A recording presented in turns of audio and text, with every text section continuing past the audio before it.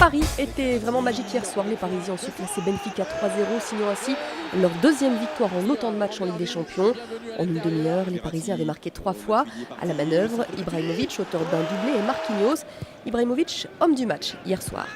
Ibra, c'est un joueur vraiment très important pour nous. Il a fait encore un gros match et on le sent bien justement dans cette équipe. Il prend du plaisir et puis nous, il nous aide justement à élever notre niveau de jeu et ça c'est intéressant pour toute l'équipe. Et les Parisiens sont désormais en tête et favoris de ce groupe C avec 6 points. Rien n'est fait. Il vaut mieux prendre le départ et avoir fait les résultats durant ces 2 premiers matchs que l'on a fait.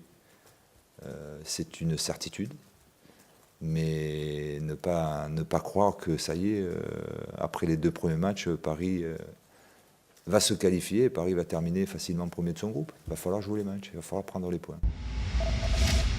Autre équipe très en forme, le Bayern. Les champions en titre ont gagné 3-1 sur le terrain de Manchester City. Le premier but bavarois est signé Franck Ribéry. Pour le reste, un partout entre Manchester United et le Shakhtar Donetsk. Carton du Real Madrid face au FC Copenhague, il y a eu 4-0. Et le foot, ça continue ce soir avec la Ligue Europa. Bordeaux corrige à Francfort, reçoit le Maccabi Tel Aviv. Lyon, de son côté, reçoit Guimarães, dans un contexte un peu compliqué pour les Lyonnais.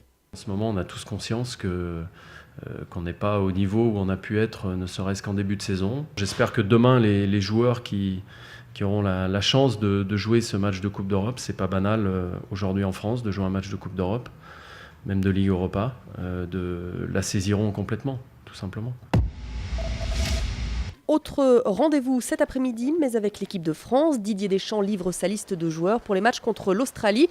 Match amical du 11 et contre la Finlande le 15. Là, ce sont les qualifications pour le mondial. On n'attend aucune surprise. Je pense très sincèrement qu'il n'y aura pas beaucoup de changements parce que c'est vrai que l'heure est plus au changement. Déjà, l'équipe de France reste sur une victoire. Maintenant, les changements sont dictés par des blessures ou des joueurs qui ne jouent pas. Voilà, l'équipe de France reste sur une victoire. Donc, plutôt surfer sur cette victoire.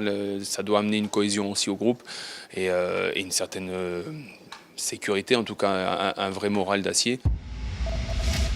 Et puis clap de fin pour Sébastien Loeb, il va disputer son dernier rallye chez lui en Alsace. Loeb, 9 fois champion du monde et qui devrait céder son fauteuil à un autre Français, un autre Sébastien Ogier. Il y aura sans doute beaucoup d'émotions dans l'air. La page dans ma tête elle est tournée, donc c'est sûr que émotionnellement ça va être quand même quelque chose de faire ce rallye ici en France, sachant que c'est vraiment le dernier avec Daniel en mondial. Mais je pense que ça va aller, on va y arriver.